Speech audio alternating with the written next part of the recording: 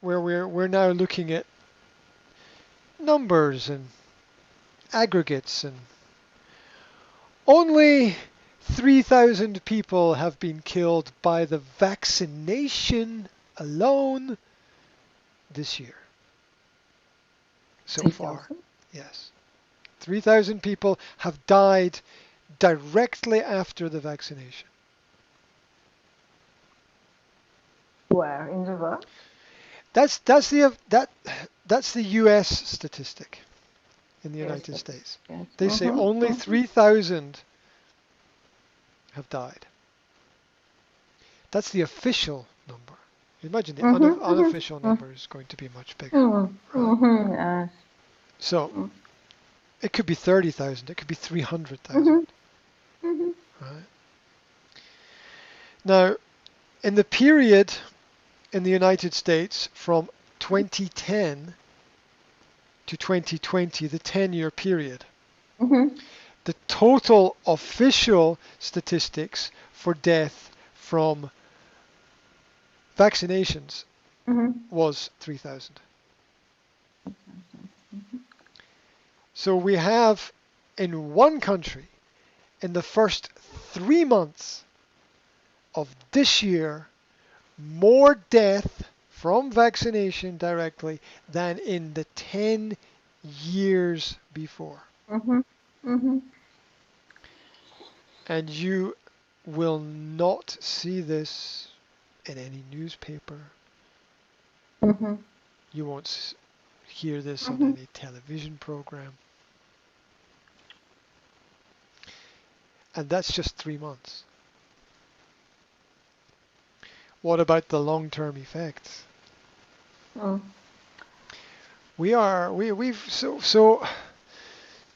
That's just to point out the fact that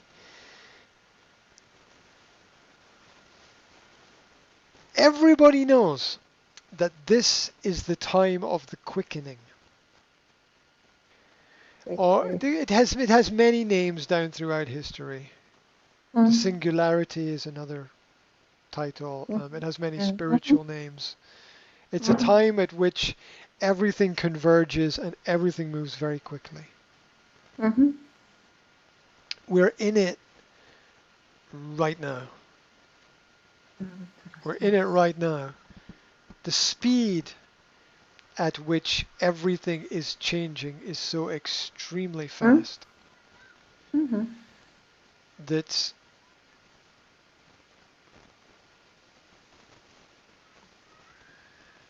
nobody knows where it's going.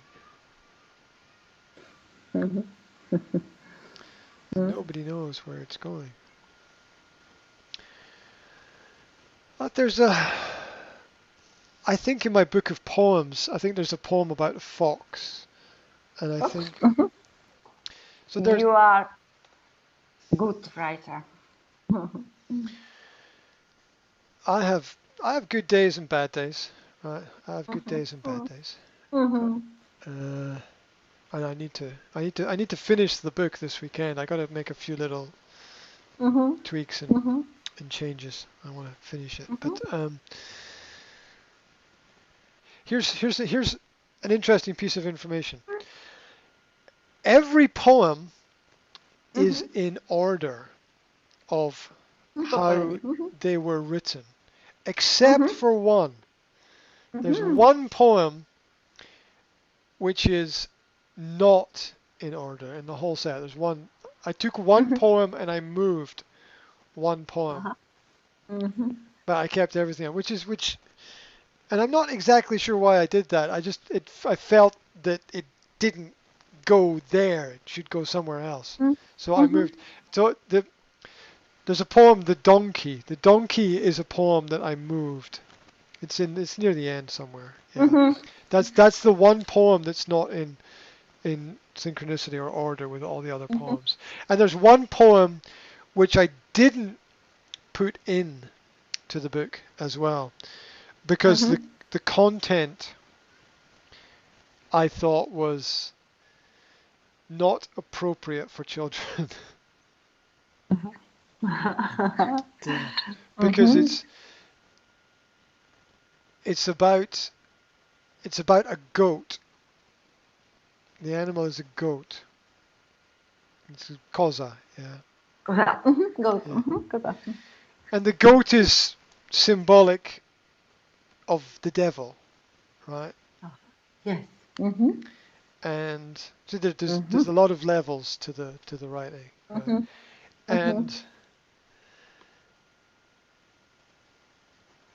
And it was very it's a for me it's a very dark poem, and I decided that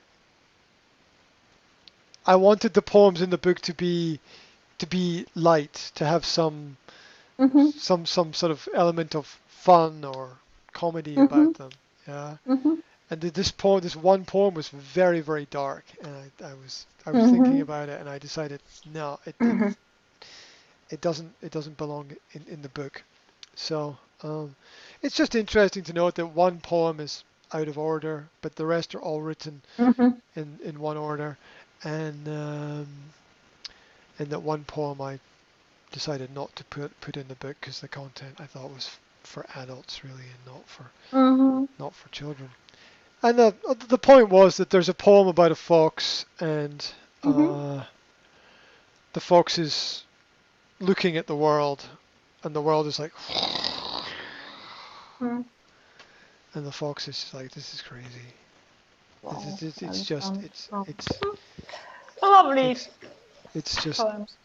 so yeah. And so we live in the time of this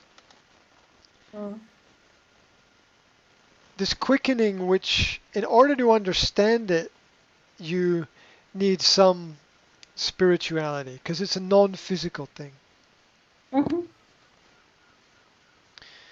You need to be able to think in a different way. You need to not just let the water run across your hand, but you need to feel the texture of the water. You need to not just walk outside, but you need to feel the wind on the hairs of your arm.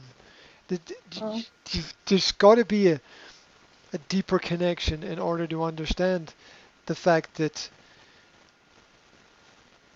everybody is chasing things that are not real. We're going to build bigger rockets and we're going to fire them into space, and do we need bigger rockets? Maybe we do. No, I'm not. We need more satellites going around the world so we can have faster internet links. I'd like my internet a little bit faster, but I already know that you can get faster internet, and that's fast enough, right? I mean, it's when I already know the technology that I would like to have, it already exists, and it's already very, very good. And how much faster is everything going to get? Yeah. So I think that people are lost. They have no spiritual guidance. There was once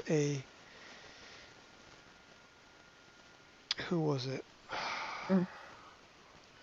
Benjamin Franklin. Maybe I talked about this before. I can't remember if I mentioned this before. But Benjamin Franklin was asked, why is America so successful? And he said, America is successful. America is great because it is good. When it stops being good, it will no longer be great. It is that simple. And he was asked, what does that mean? Good. And he said, many people may live to be old before they meet someone who does not fear God. Many people may live to be old before they meet someone who does not fear God. Meaning that everybody everywhere was a Christian.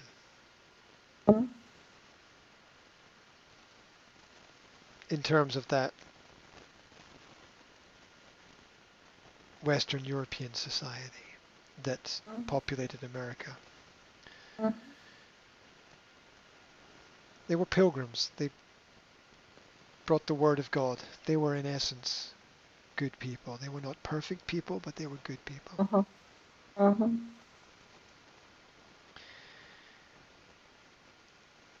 And this understanding of the nature of the need to doctor the human spirit, not just to have doctors to deal with the physical health, but to have doctors to guide us in spiritual well-being as well. We, in essence, have lost much of that. In general, with this belief that everything is good and everything is okay, and that everything is getting better. To understand human beings is to understand that that can't possibly be true, because we make mistakes. Some things are going to get better and some things are going to get worse. Yeah. And that we need to understand the principles of the things that make human life good, and to rediscover compassion and the right approach in our heads up here to the problems around about us, in our hearts and in our stomachs as well, to make the right choices. And if we don't have the right kind of leadership in a spiritual sense, we will be taken to a very dark place where we have to make a lot of difficult decisions and a lot of difficult choices. It's getting to the point in society now where computers are making all the decisions. Now,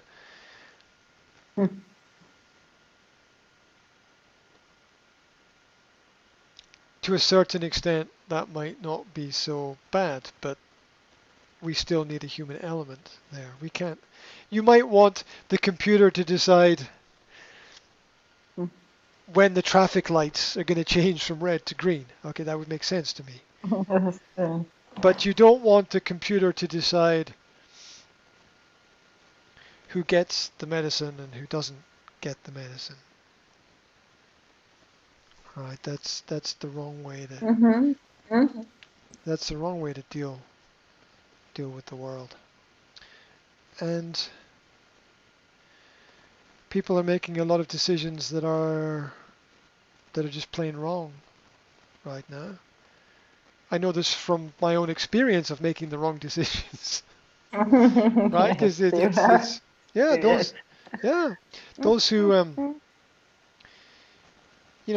those who have the deepest experiences see the most clearly. We're able to see very clearly the things that we understand, the things that we have experienced ourselves. Other people's experiences are always slightly distant and confusing. But experience helps us to understand that. Simply said, like attracts like. People of similar characteristics are attracted to people of similar characteristics. Criminals hang with criminals. Yeah.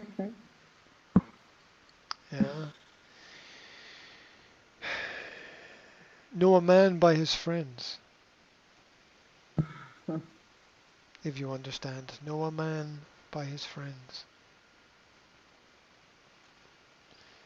That the good man shall have good friends, and the bad man shall have bad friends.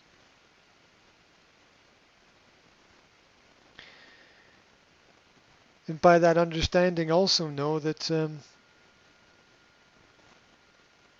that friendship is rare, is complex. It's not something that should be given or received very easily. And so when, and to bring the conversation full circle, to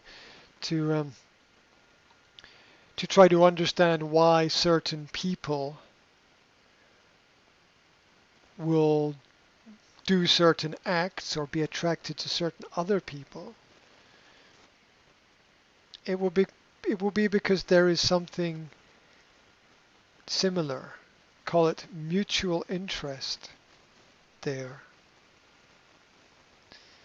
There's a connection, yeah, and the football players go to the football match, the football fans go to the football match, the hockey fans go to the hockey match, the basketball fans go to the basketball match. And so we see how people are. We learn a little bit about them from that, and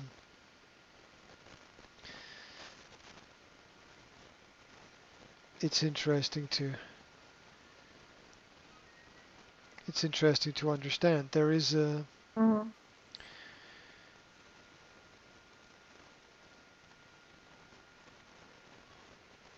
clear difference between right and wrong. There is we all make mistakes. There is a devil in the Christian sense. Something that causes us to choose the wrong path. But we have to recognize it, and that's the hard part. Because we have to recognize the mistake within ourselves.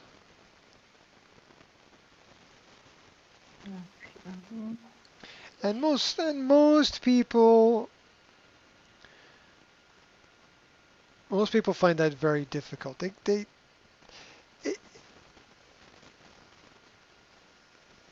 It's a situation where one day you might feel that you understand and know and have control, and the next day not at all.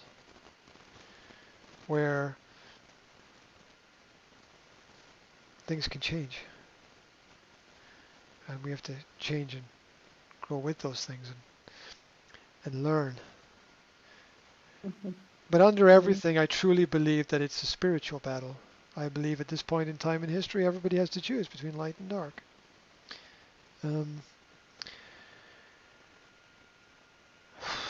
Jesus says it in the Bible, I have come to set brother against brother, sister against sister, parents against children, children against their parents.